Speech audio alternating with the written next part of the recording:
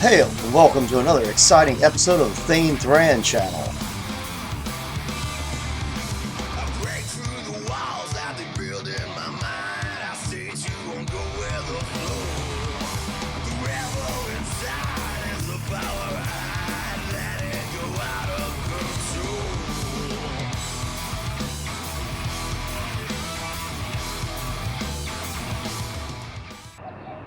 Hey, Thrand here, and we're here with a special episode where we're going to stress test the Celtic Iron Age spearhead, which you all are familiar with. Everybody loved that video. We showed the cutting abilities of it. Works very much like a polearm because it's an extremely heavy one. We have it on our 8-foot polearm pole that we used in all our other videos where we tested the polearm heads, which should be different. So last time we didn't have it on such a long pole. I also have a counterbalance on it. We have our serrator, put that on there. And we're going to be swapping out heads. We're going to do the Salle Partisan head, which if y'all haven't checked it out yet, go by and check out Zombie Go Boom. Chuck Beret got the one we sent him in the mail, and he tried it on a relatively short pole, like a hoe handle, I believe.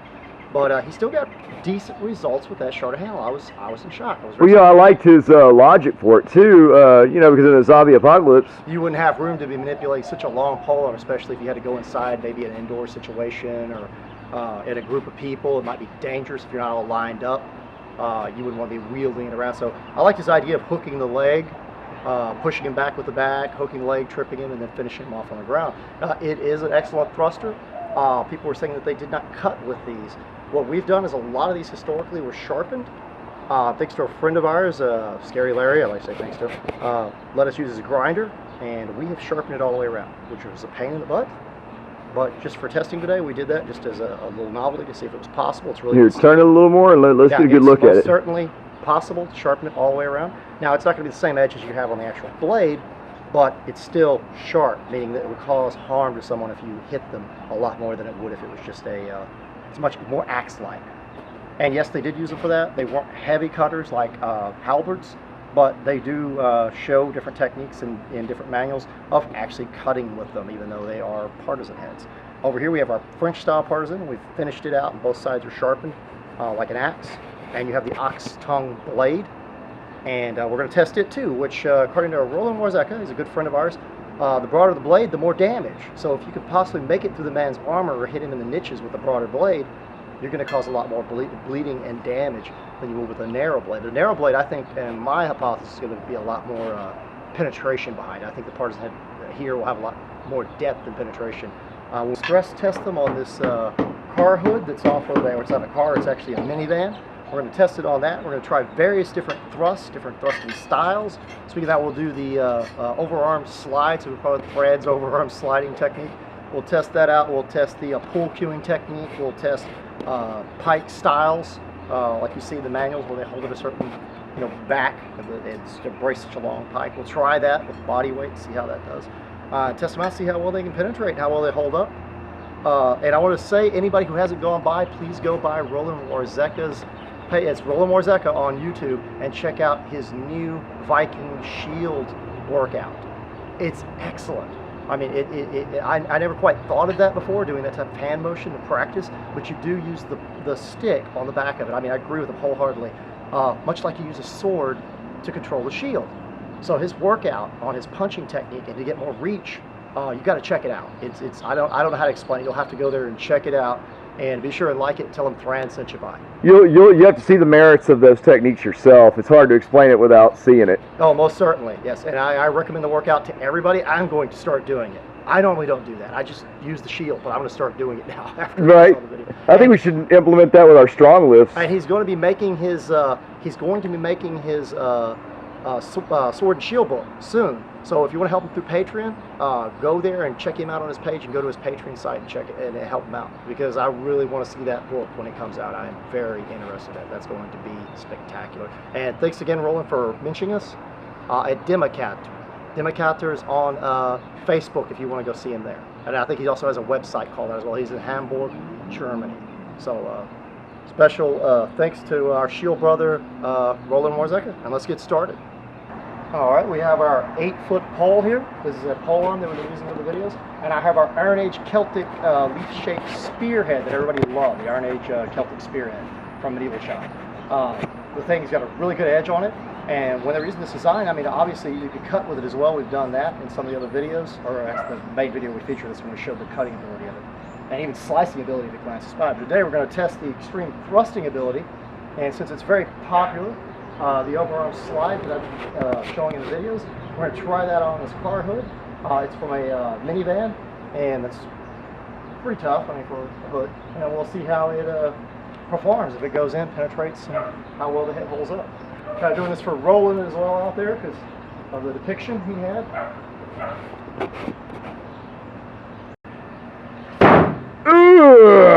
And if you look at the position I'm in, it looks very much like the depictions where you have very little in the back. We're almost in this position if somebody moves it that way. But we impaled it, and look at the position I'm in. It's exact that we're seeing in the depictions of how it ends up that way. And we hit two pieces of metal. I went through the first layer and through the second layer, the rebrace in the back. So it would have went much deeper. You can see the hole clean through. Try to hit again and not hit that. See if we get a better hole. Nice. And I think we got a lot better hole here. Oh man, you should have left it so I could have. Oh, we can stick it right back in there. Yeah, let's see how much we got. The other one hit two pieces of metal. Man, if you saw what the camera saw, you'd be tripping out. Okay, now we're going to do a sliding technique two-handed, which is not that uncommon. It can be done this way or that way. I'm going to do it this way because of the ease of it in this situation. Oh! I hit that double piece again. And it went through both of them. Yep, out the back. So it's going through two layers of metal. Let's try again and try lower. Keep wanting to hit high. Oh, same spot. And they say lightning never hits the same place twice, right? I may go with this technique. Ah! I think you're cursed with perfect aim, Thrand. That was a nice hole.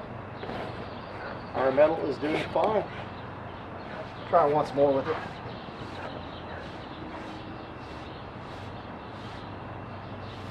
Ah!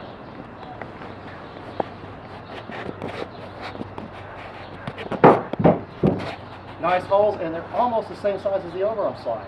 They have a little more penetration. But nothing would be complete without just doing it this way as well.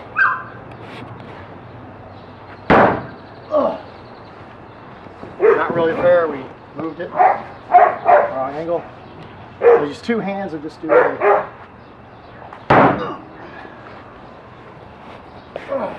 That was with my body weight. And we got a hole about the same as the overarm slide using two hands that way, but not as deep as the one-handed slide through this way. That was me using my body pushing into it. While saying that, let's go ahead and do our underarm thrust this way, like everybody expects.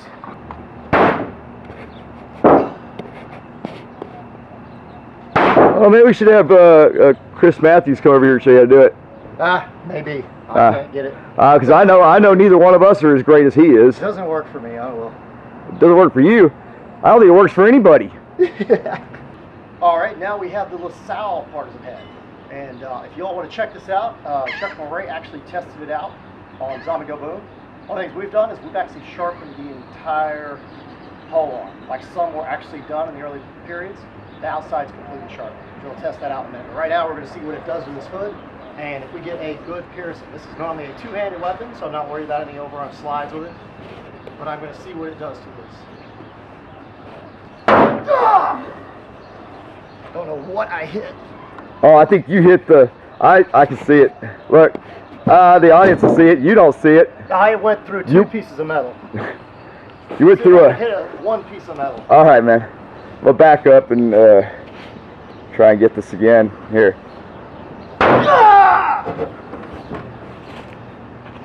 How did we do that time? Awesome. Oh, yes! Oh, man. Different blade shape, you don't have the ridge in the middle, So obviously, with hitting different types of armor, it's better at piercing types of gambusing, possibly breaking nail links, piercing light plate or thin plate. I hit high on that one. Beautiful. Two pieces of metal. Let's see what happens with the body weight. I'm using this very much. You can see the way I'm holding this, where it's way back like this. It's not just a conventional, like somebody trying to thrust this way. I'm holding it like you hold a pike, like way at the back and just that way, and using my body. So we'll see what it does.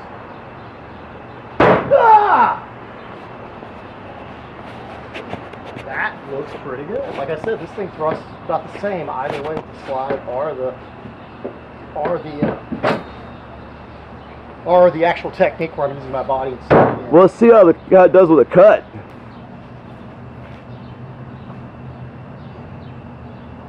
Okay, let's see what this thing totally sharpened up can do. I'm going to try to go through the entire thing if possible.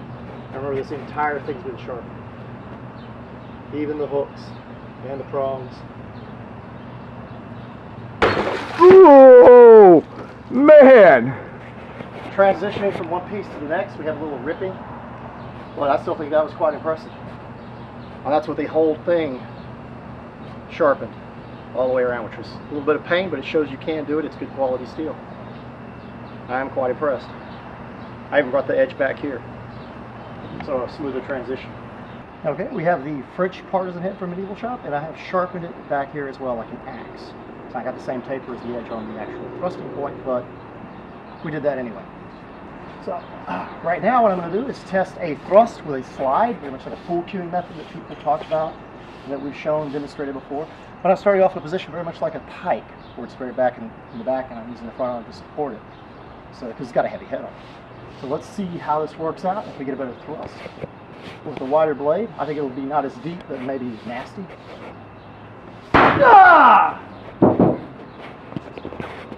Oh, most certainly it's got a wide hole. But if my predictions are right, I don't think it's quite as deep.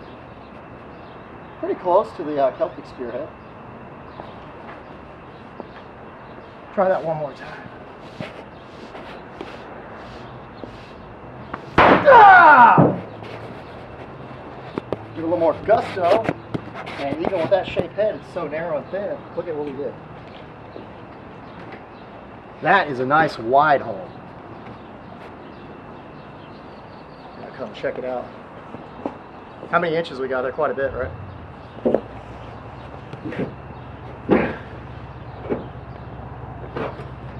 It's hard to tell, really. I mean, it's quite a bit, but I couldn't give you an accurate. That wound would be bleeding badly if you made it through into something. I didn't give you an accurate measurement. I can only give you a guesstimate, and it'd probably be wrong. In this one, I'm going to try the same thing, but I'm just going to use body. I'm going to be using this position, but no slide. It's not going to be a slide where I'm sliding it.